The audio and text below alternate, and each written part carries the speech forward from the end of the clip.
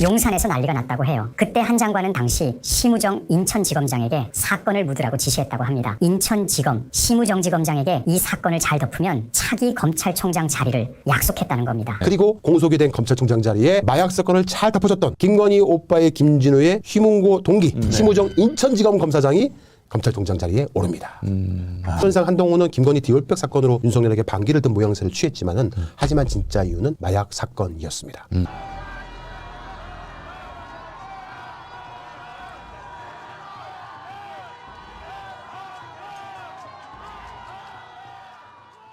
지난주부터 거대 외압으로 인해서 묻혀버렸던 국민 1,000만 명. 무려 1,000만 명이 투약할 수 있는 어마어마한 양의 마약 사건을 검찰과 경찰 그리고 용산이 어떻게 묻어버렸는지 그리고 왜 비상기염을 일으켰나 등 굵직한 사건들을 퍼즐처럼 쫙 늘어놓고 하나씩 그 연결고리를 찾아서 그 개연성을 시청자분들에게 알리는 방송을 시작을 했습니다. 너무 충격적인 내용인데 많이들 안 놀라시는 거 보니까 뭐 그러고도 남을 놈들이다라는 그런 생각을 하시는 모양인데 아니 생각해 보십시오. 우리가 차분하게 대통령과 대통령 부인이 관여된 마약 사건. 이게 그 근대 아니 고대 역사까지 통틀어서 그런 설리가 있나요? 글쎄요. 못 들어봤는데요. 이런 기가 막힌 정말 하늘이 놀라고 땅이 놀랄 이런 사건이 지금 우리 눈앞에 펼쳐져 있다. 이런 의혹이 있는 거 아니에요? 맞습니다. 약 한 달간 인천과 김해공항을 통해서 총 12차례에 거쳐서 약 127kg 필로폰이 말레이시아로부터 밀반입됩니다. 자, 여기서 사람들은 이 말레이시아에서 들어온 마약 사건이 당시 영등포 경찰서의 백효령 경장팀이 수사를 통해서 시작한 것이다 알고 있는 분들이 많으신데요. 하지만 이 사건은 검찰이 가장 먼저 인지했습니다. 만약 그 당시에 검찰이 기본적인 수사만 제대로 했어도 말레이시아의 조직이 한국에 밀반입한 엄청난 규모의 마약은 절대 발생하지 않았습니다. 검찰이 이 사건을 축소하고 은폐한 것인데요. 자, 그러면 처음부터 검찰이 이 사건 자체를 덮으려 했는지부터 살펴볼 필요성이 있습니다. 그렇죠. 2023년 1월 23일부터 2월 4일까지 총 5차례에 걸쳐서 말레이시아 마약 운반 조직원들이 인천공항을 통해서 자신들의 몸에 테이프로 마약을 칭칭 감아서 수 킬로그램씩 총 55kg을 밀반입시키는데 성공합니다. 그들이 이렇게 손쉽게 인천공항 세관을 통과한 것은 조직적으로 세관이 묵인해주지 않고는 도무지 말도 안 되는 있을 수도 없는 일이 일어난 겁니다. 그리고 중앙지검 강력부가 2023년 2월 27일 날 김해공항으로 장소를 옮겨서 필로폰을 들여오던 유통책 3명을 현장에서 검거하게 됩니다. 우회를 잡았으니까 얘가 왜 자주 통과됐지? 당연히 기초수사하기 때문에 수사를 했을 겁니다. 그때 세관 직원들이 실토했을 가능성이 매우 큽니다. 우리 뒤에 누가 있다? 그분이 계신다. 용산이 있다. 라고 했을 가능성이 매우 높습니다. 인천지검은 그래서 확인하기 위해서 바로 용산 대통령실로 보고를 했을 겁니다. 이때부터 저는 외압이 시작되지 않았을까라고 추정을 해봅니다. 저희 열린감TV가 한 명의 제보자의 내용을 공개하겠는데 이 제보자는 당시 사건을 담당했던 검찰 수사관 중에 한 명입니다. 그래요? 그분의 얘기를 들어보겠습니다. 용산에서 난리가 났다고 해요. 한동훈 법무장관에게 이 사건을 덮으라고 한 거죠. 그때 한 장관은 당시 심우정 인천지검장에게 사건을 묻으라고 지시했다고 합니다. 그런데 한 장관이 이 사건을 잘 덮어줄까 못 믿어왔던 김건희 여사가 당시 이원석 검찰총장을 통해 직접 사건을 잘 묻는지 챙기기 시작한 거예요. 이 사실을 알게 된 한 장관은 화가 엄청 났다고 합니다. 그래서 윤 대통령에게 김 여사가 직접 이 사건을 챙기는 것은 좋지 않다고 직언을 했다고 합니다. 한 장관과 이원석 총장은 검찰의 존망이 걸린 문제라고 인식했을 거예요. 그런데 그러거나 말거나 김 여사는 윤 대통령을 통해 이원석 총장보다 한 기수 높았던, 그러니까 당시 이원석 총장이 27기였거든요. 만약 차기 검찰총장을 뽑는다면 27기나 그 다음 기수로 가야 하는데 한 기수 높았던 당시 인천지검 심우정지검장에게 이 사건을 잘 덮으면 차기 검찰총장 자리를 약속했다는 겁니다. 거기다가 김 여사 오빠 김진우 대표까지 나서서 심우정 인천지검장에게 이 사건을 덮어야 한다고 재촉했다는 거예요. 두 사람은 휘문고 81회 동기였거든요. 그래서 그때 심우정 인천지검장은 사활을 걸고 인천지검 마약 특수팀에게 이 사건 덮으라고 지시를 한 겁니다. 이야, 또 엄청난. 이건 정말 엄청난 일입니다. 현재 이 검찰 수사관은 네. 누군지 밝힐 수가 절대 없고요. 저도 예. 이제 무덤까지 가기로 하고 약속을 특정되기 하고. 어렵습니까? 네, 수사관이기 때문에. 그래도 이 방송 나가고 나면 저 수사관 찾느라고 아주 그렇죠. 네. 그래서 이야, 어쩔 수 없어. 심우정 씨가 그 당시 인천지검장이었거든요. 아하. 그래서 이게 지금 말레이시아 조직원들이 실질적으로 밀반입하고 뭐 준비했던 마약까지 하면 한 300kg이 됩니다. 1,000만 명이에요.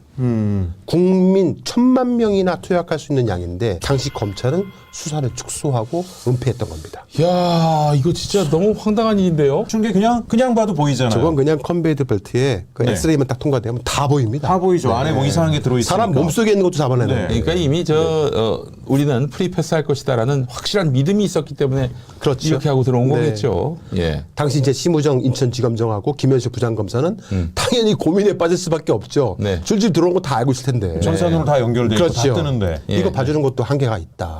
우리만 보고 있는 게 아니고 이 공항이라는 게 국정원, 방첩사, 공항공사 안보팀, 대테러 상황실 이 보는 눈이 한두 개가 아니는 거거든요. 미치는 거예요. 네. 지금 용산에서 압력이 들어와서 전체적으로 이걸 덮어줬다가 나중에 나라가 망할 것 같고 이 무한 책임을 감당하기가 두려웠을 겁니다.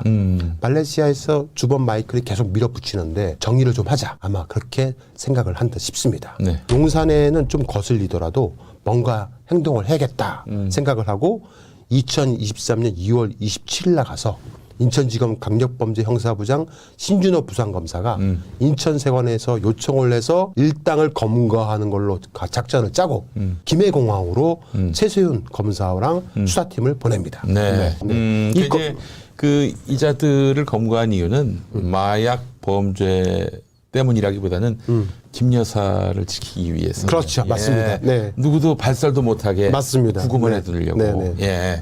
아마 자기들끼리 자기들끼리. 여기서 정리를 하자라고 예. 생각을 했을 것 같습니다. 그래서 예. 검거한 3명이 2023년 1월 23일부터 1월 27일, 2월 6일 이렇게 들어왔거든요. 네. 네. 그때 몸에 감고 들어온 마약에 대해서는 아예 수사도 하지 않습니다. 그냥 불문문에 붙여가지고 네. 물어보지도 않습니다. 예. 예. 그리고 딱 2024년 2월 27일 날 가지고 들어온 것만 가지고 기소를 합니다. 그러면 안 되지. 네, 말도 안 되죠. 예. 나중에 영등포 경찰서 백혜령 수사팀이 중앙지검의 관련 사건 기록을 보여달라고 예. 여러 차례 요청을 했지만 중앙지검이 거부합니다. 보여줄 리가 안 보여줄래요. 없지. 예, 보여줄 예. 리가 없지. 그 이유가 뭐냐면 은퇴하려고 검거한 했으니까.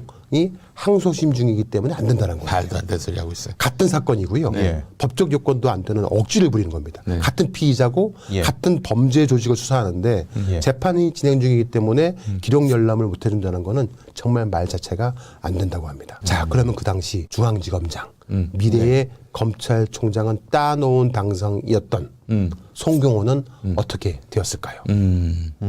송경호가 사실은 김건희 수사건 때문에 마찰을 빚는 바람에 그래서 잘렸잖아요. 잘렸잖아요. 자, 2024년 6월에. 보십시오. 송경호와 한동훈은 검찰의 명운이 달린 이 마약 사건에 대해서 계속해서 윤석열한테 직언을 했다고 합니다. 하지만 그때마다 윤석열은 김건희와 헤어지는 게 그게 말처럼 쉬운 일이 아니다라고 선을 그었다는 아니, 겁니다. 헤어지다니요? 그러니까 둘이 헤어져야 된다. 아, 그 이제 한동훈하고 네, 송경호가 직언을 한 거예요, 윤석열한테. 아, 이혼하라고? 네, 이혼하시라고. 헤어지라고. 근데 그게 말처럼 쉽지가 사실 않다. 대선 때도 그 얘기가 나왔어요. 네, 네. 대선 때도 서울대 출신들이 그 윤석열한테 찾아와서 뭐 직언했다고 얘기했는데. 네, 네. 그 얘기 있었는데. 그게 다 이게 도는 겁니다, 이제. 이게 되는 겁니다. 한동훈이하고 네. 한동훈이를 미워한 이유가 거기 네. 있었군요. 결국 송경호도 검찰총장은커녕 예. 2024년 5월에 부산지검장으로 좌천당합니다. 그러니까 윤석열 대통령 취임 후에 윤석열 이후에 두 번째 초고속 승진을 했던 윤석열의 오랜 최측근이자 총장이 될 수 있는 충성 검사였던 송경호마저도 검찰의 명운을 걸고 윤석열한테 강언했다가 좌천당합니다. 아니 이 사람들은 윤석열한테 충언을 한 건데 네. 그 김건희를 노엽게 했다는 이유로 아웃된 거 보면은 이 나라 권력은 김건희한테 있었던 그렇죠. 거예요. 그리고 한동훈은 처음에 사건이 터졌을 때는 무조건 윤석열 김건희를 위해서 사건을 덮으려고 했다고 합니다. 그래서 어떻게 하든 이 사건을 막기 위해서 자신의 손으로 만들었던 마약 특수팀 있지 않습니까? 네. 그걸 다 날려버립니다. 아 이런 인간이 지금 저 이 윤석열 이후에 네.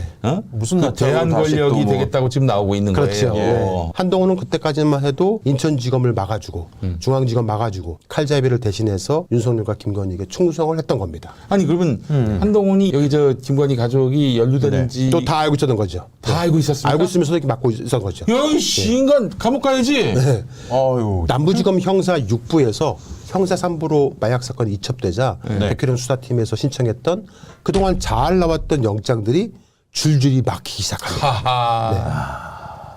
야. 한동훈은 잔머리 굴린 거네요. 네, 그렇죠. 자기 겉으로는 있잖아요. 직원하는 것처럼 자기 폼나게 해놓고 네. 속으로는 이거 가지고 나중에 권력 딜을 해야 되겠다 이 생각을 했으니까 맞습니다. 저걸 덮고 쥐고 간 거죠. 그렇죠. 네?